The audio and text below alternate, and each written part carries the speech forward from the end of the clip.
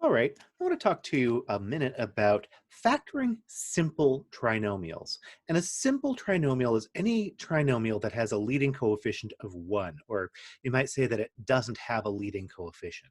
So if I were to take a look at something like x squared plus 5x plus 6, this is a simple trinomial. Now, our method is going to it seems a little bit like, okay, I could do that in my head. And eventually, yes, you will be able to do this, but I'm going to show you the steps to do anyway, because not all of these are always going to be as clear, and I want you to get used to doing this process because it's going to help you out when we're doing non-simple trinomials. So for this, what I'm going to do is I'm going to say, we're going to think of our coefficients here. Normally we'd say we'd have a coefficient of A is 1, B is 5, and C is 6. So I'm going to say, we're going to take a look at this number right here, and this is going to be our key number. What we're going to do is we're going to list factor pairs of our key number.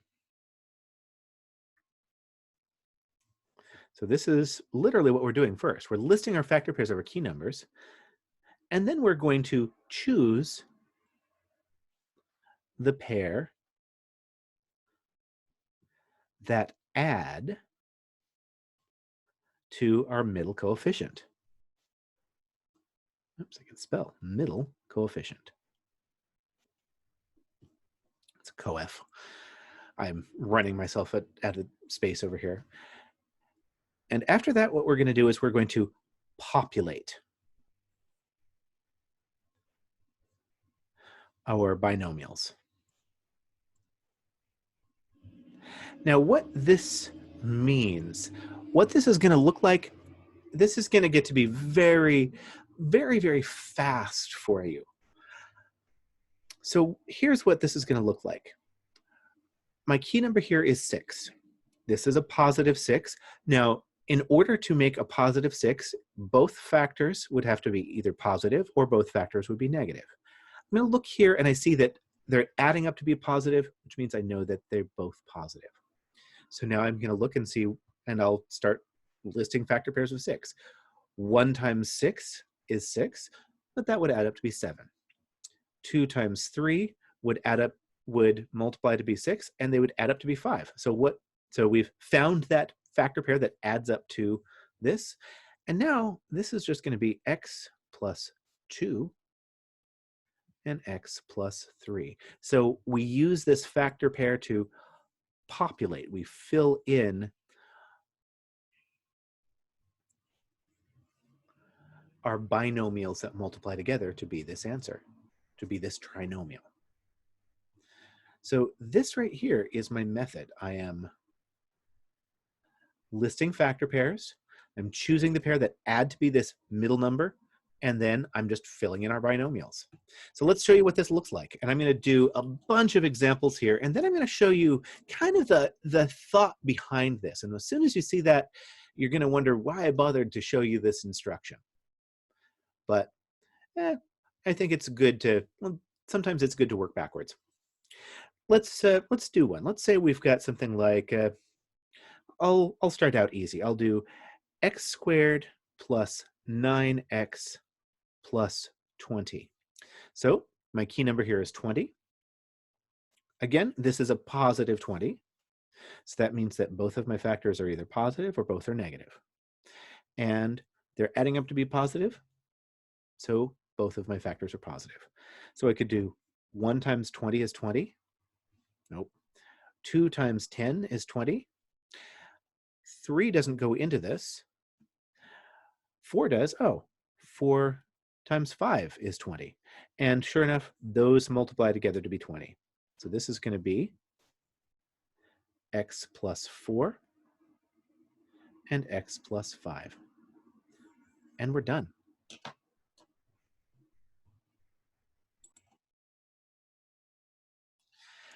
All right, let's keep going with factoring.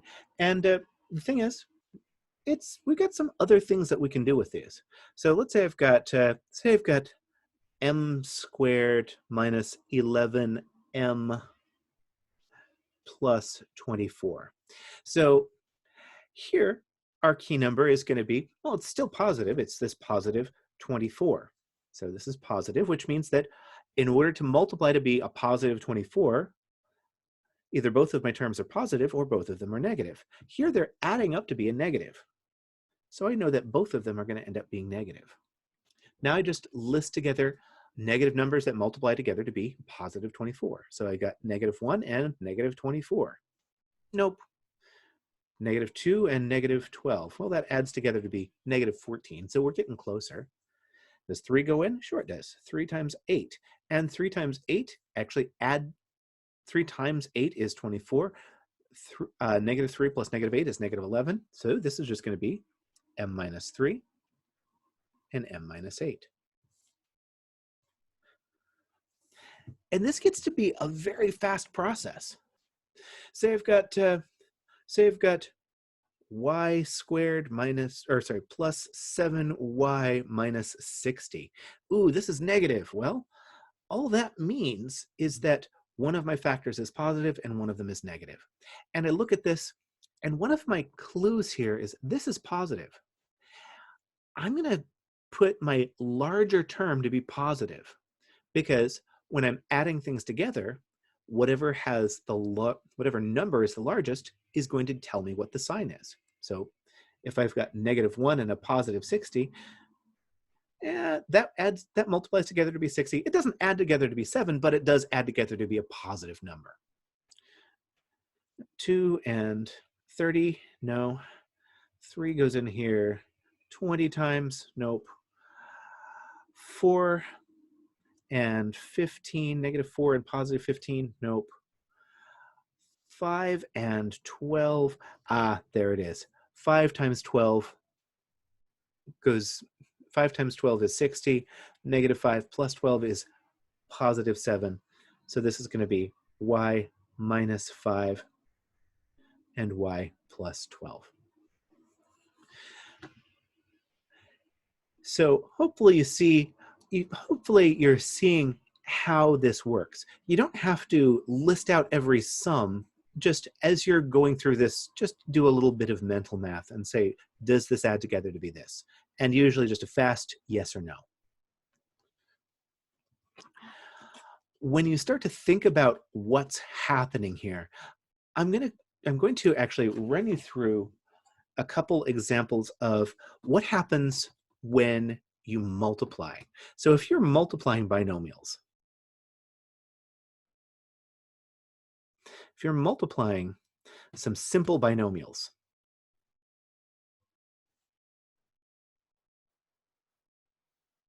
here's what you're doing. Remember that process of FOIL. First, outside, inside, last. So say I've got x plus 7 and x minus 5. Think about our first terms. X times x is x squared. My outside terms, minus 5 times x. My inside term, plus 7x. And my last term, 7 times -5 is -35. Now, at this point, we can add together my middle two terms. So I've got x squared plus 2x minus 35. But here is a quick trick. If these if these are simple binomials, so they've got no coefficient, or you can think of this as having a coefficient of 1.